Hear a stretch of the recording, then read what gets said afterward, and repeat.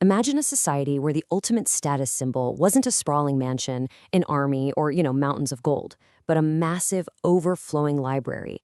A place where the absolute greatest minds from across the known world gathered, entirely dedicated to unraveling the mysteries of the universe. Welcome to this explainer. Today we're exploring one of the most magnificent intellectual hubs in human history, Bayt al-Hikmah, the legendary House of Wisdom. I mean, seriously, pose that question to yourself.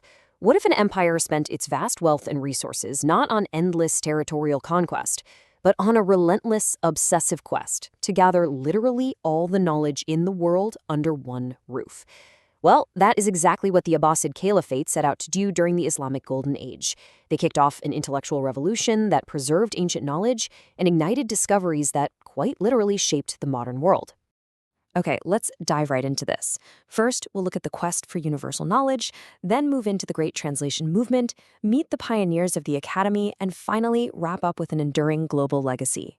Section 1. The Quest for Universal Knowledge. To really understand the House of Wisdom, we first have to understand the world that built it. You see, this wasn't some isolated accident. It was the product of a very specific time, place, and some incredibly visionary leadership. Picture this. The year is 762 CE. The Abbasid dynasty builds a brand new capital, Baghdad. Located perfectly between the Tigris and Euphrates rivers, it sat right between Asia and Europe, making it the ultimate global crossroads. But it was way more than just a hub for physical trade. It was a crossroads where ideas flowed freely, creating this thriving, energetic epicenter of culture and academia. Now, the House of Wisdom wasn't built in a day. It was truly a generational obsession. It all started with Caliph al-Mansur, who built Baghdad and actually started collecting manuscripts. Then, Caliph Harun al-Rashid formally founded the Scientific Academy, gathering texts during his travels and campaigns. But it was his son, Caliph al-Mamun, who really expanded it into a Golden Age phenomenon. Get this, al-Mamun was so dedicated that he once sent a caravan of 100 camels to northeast Persia for the sole purpose of transporting magnificent handwritten manuscripts back to Baghdad. So why undergo this massive undertaking? Well, there were some highly practical reasons. The sprawling empire faced a huge demand for skilled doctors. They desperately needed medical knowledge to treat their citizens. There was also this deep desire to preserve the brilliant philosophies and sciences of ancient Greece. And fundamentally, this whole thing was driven by the Quran's heavy emphasis on learning and seeking knowledge as a genuinely holy activity. For them, knowledge wasn't just power, it was piety. Moving on to Section 2, the Great Translation movement. This relentless thirst for knowledge birthed the core activity of the House of Wisdom.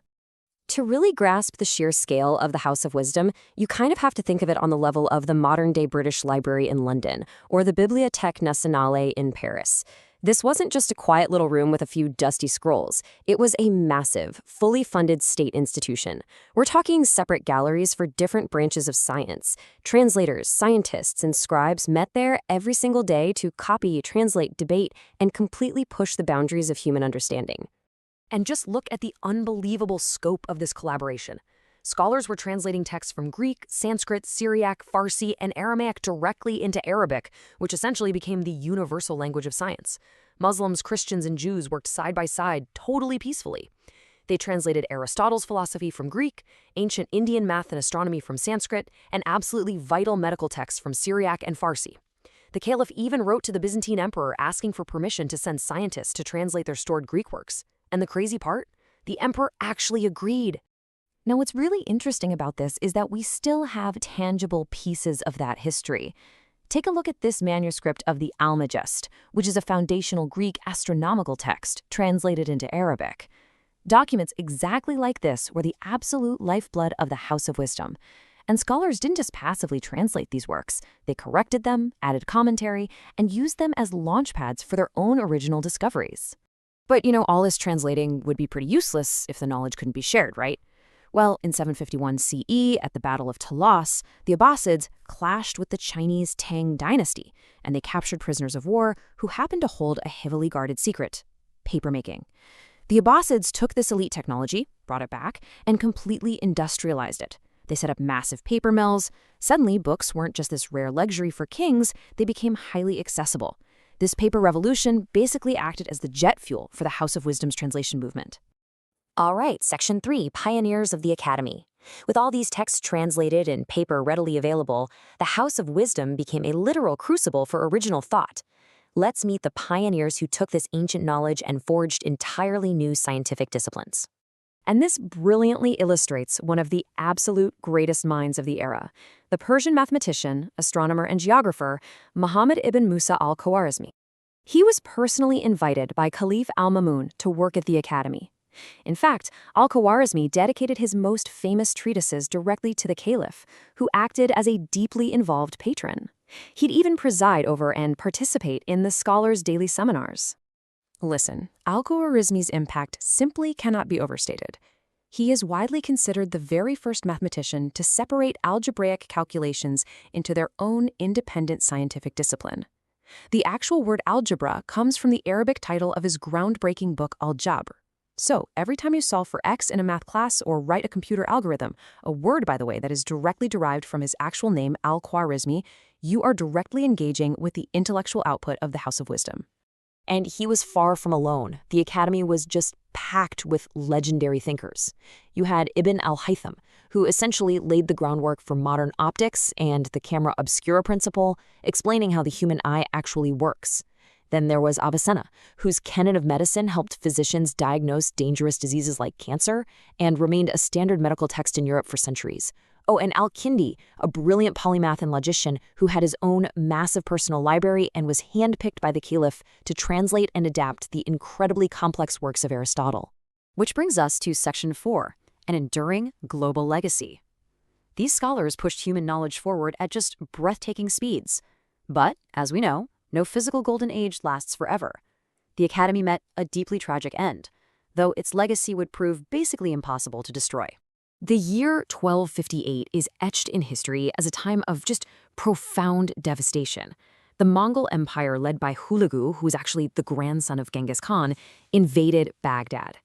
Now, despite the final Abbasid Caliph surrendering to try and spare his city and its amazing cultural heritage, the Mongols showed absolutely no mercy. The caliph and his family were killed, putting a brutal, absolute end to the Abbasid Caliphate. So the crucial point here is understanding the sheer scale of this cultural destruction. Consider the accounts of eyewitnesses and historians. They recorded that the Mongols took the magnificent, completely unparalleled collection of books and manuscripts from the House of Wisdom and threw them directly into the Tigris River. The river, which was normally brown and muddy, famously turned black for days. It was literally dyed by the ink of hundreds of thousands of ruined masterpieces. It's just a haunting image of intellectual loss. But here is the incredible silver lining. While the physical House of Wisdom and countless original texts were lost to the river, the ideas survived. Because of that mass production of paper and the vibrant network of scholars we talked about earlier, copies of these translated texts and new scientific discoveries had already radiated outward. They traveled through trade routes down into North Africa, over into the great libraries of Cordoba and Spain, and eventually into the rest of Europe. The math, the medicine, the astronomy that was preserved and invented in Baghdad literally became the bedrock foundation of the European Renaissance. Which leaves us with this final thought. When you step back and look at the whole trajectory of human progress, did the House of Wisdom truly fall in 1258? Or did the ink that washed into the Tigris simply flow outward, rewriting the future of modern science for the rest of the world? I mean, the next time you take medicine, use a camera, or solve the math equation, remember the brilliant minds of Baghdad who dedicated their entire empire to the pursuit of universal knowledge.